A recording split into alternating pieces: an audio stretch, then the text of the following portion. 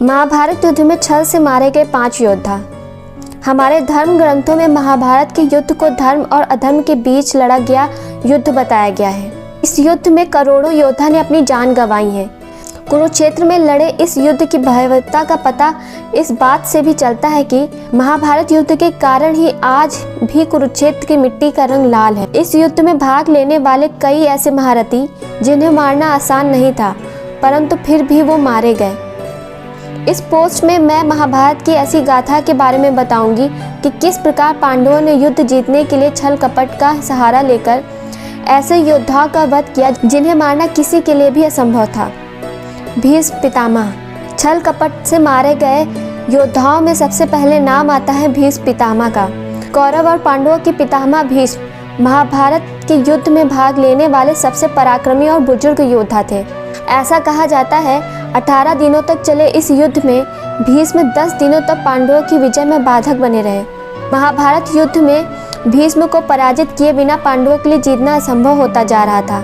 ऐसी स्थिति में श्री कृष्ण की सलाह पर अर्जुन ने शिखंडी को ढाल बनाकर युद्ध के 10वें दिन भीष्म को बाणों से छलनी कर दिया। उसके बाद भीष्म ने बाणों की सैया पर लेटे लेटे महाभारत युद्ध समाप्त होने के बाद अपने प्राण त्याग दिए। द्रोणाचार्य। कौरव और पांडवों के गुरु द्रोणाचार्य को महाभारत युद्ध में हराना असंभव था। ऐसा माना गया है कि द्रोणाचार्य को केवल उनका शोक ही मार सकता था। भीष्म के बाणों की सैया पर लेटने के बाद गुरु द्रोणाचार्य को कौरवों की ओर से प्रधान सेनापति बनाया गया। सेनापति बनने के बाद द्रोणाचार्य पांडवों की जीत में सबसे बड़े बाधक बनते जा रहे थे। ऐसे में पांडवों ने एक बार फिर श्री कृष्ण की सलाह पर छल का सहारा लिया। श्री कृष्ण ने भीमसेन से कहा कि वह अश्वत्थामा नाम के हाथी को मारकर जोर जोर से चिल्लाएं कि मैंने अश्वत्थामा को मार दिया। द्रोणाचार्य के पुत्र का नाम भी अश्वत्थामा ही था। ऐसा सुनते ही गुरु द्रोण अस्त्र शस्त्र त्याग कर जमीन पर बैठ गए। इसी बीच धृष्टद्युम्न ने तलवार से द्रोणाचार्य का सिर धड़ से अलग कर दिया।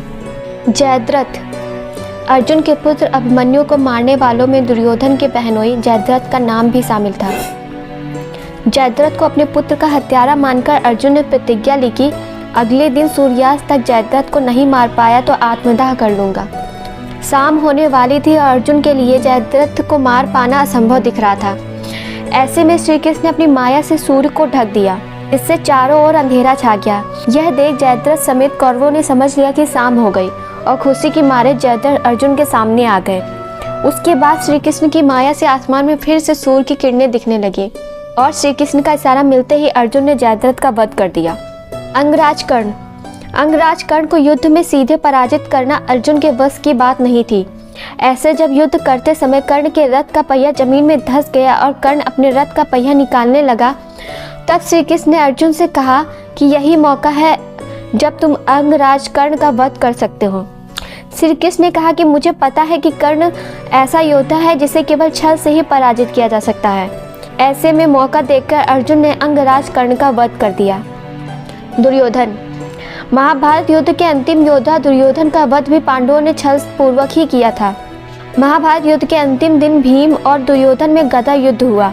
इस युद्ध में गदा का प्रहार कमर के ऊपर करने का नियम था, लेकिन भीम ने श्री कृष्ण के संकेत पर दुर्योधन के कमर के नीचे वार करना शुरू कर दिया और इस तरह पांडवों ने दुर्योधन का वध छल पूर्वक किया था।